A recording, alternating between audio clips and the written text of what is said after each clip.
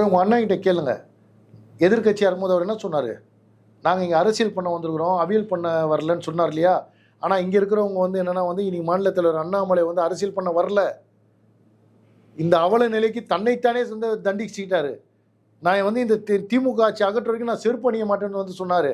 இது வரைக்கும் இன்னைக்கு கேட்குறேன், இன்னைக்கு இந்த அரசியல் வரலாறுலையே யாராவது இந்த மாதிரி பண்ணியிருக்கிறாங்களா?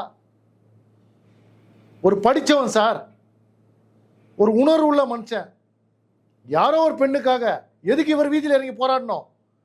இன்னைக்கு அவன் ஒருத்தன் அவன் அண்ணன் அவன் அந்த குடும்பத்தில் நடந்தா கூட அவன் போராட மாட்டான் போல தெரியுது. ஒத்துமொட்ட பெண்களுக்காக வந்து போராட வேண்டிய அவசியம் என்ன? ஏன்னா அமைச்சர் பதவியில் இருக்கிறாரா அவரு? இல்லை ஏதாவது அதிகார பதவியில் இருக்கிறாரா?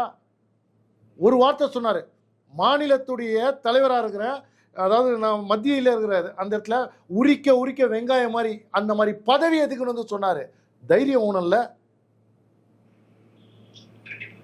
தைரியம் ஊனம் சார். இன்னைக்கு கூட்டணியில் இருக்கிறவங்களாம் வந்து கேவலம் 1-2 சீட்டுக்காக வந்து இன்னைக்கு வந்து கேள்வி கேட்காதவங்க இன்னைக்கு வீதியில் இறங்கி போராட வேண்டிய அவசியம் என்ன?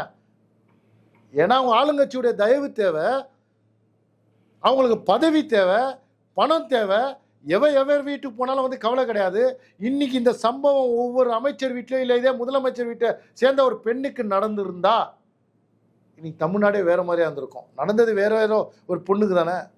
இன்னைக்கு கோர்ட்டில் தானே கேட்குறாங்க, 25 லட்ச ரூபா நஷ்டஈடு கொடுன்னு சொல்கிறாங்கன்னா, இது வந்து இதோட ஒரு வெட்கக்கேடு. இங்கே உள்ள மாநில முதலமைச்சருக்கு இதோட ஒரு வெட்கக்கேடான விஷயம் என்ன இருக்குது?